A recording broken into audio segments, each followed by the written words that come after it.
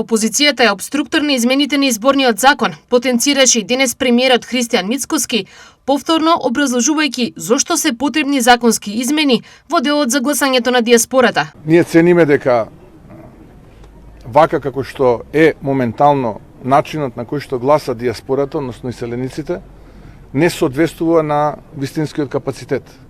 Односно имаме неможност да тие излезат во доволно голем број да го дадат своето право, да го реализираат своето право. Посебно иселениците во Австралија, Канада и останатите прекуокеански земји, тие треба 10 часа да летаат натаму за да го остварат своето право. И ние се обидовме да дадеме предлог кој што беше прифатен заедно со сите други измени кои што ги содржат препораките на ОПСЕ и ОДИХР. Откако се било завршено, левица се предомислува. Завршено беше се, потпишан беше законот, пратеничката група на левица не сакаше да го потпише, вика ние се сложуваме со се, фала ова што ни дадовте поише пари, еве нема проблем, ќе си ги потрошиме. Ова сега што го прават нема никаква врска со вистината. Тоа е сега театар за мал број гласачи кои што се уште им веруваат. Замислете овие луѓе да добијат можност да управуваат со некоја институција што ќе се случи. И вика, ние не се потпишуваме со вас, знаете, ние сме Робеспиерови следбеници, не можеме со вас и така не може. Ако сакате да учествувате, ќе мора и да имате одговорност. И така рековме, не може.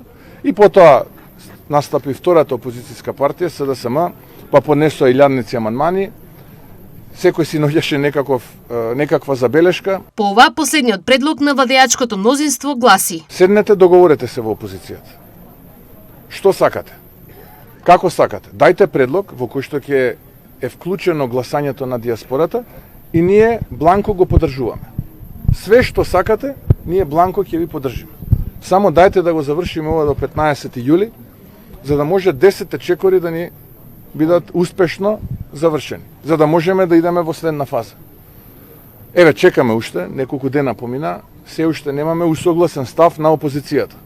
Кога зборувам усогласен став на опозицијата, тука мислам на СДСМ, Левица, Демократската унија за интеграција и дел од пратеници кои што не знам сега како функционираат во рамките на парламентот, но ајде еве вака ќе ги наречам пратениците на Зијадин Села, пратениците на Арбен Таравари.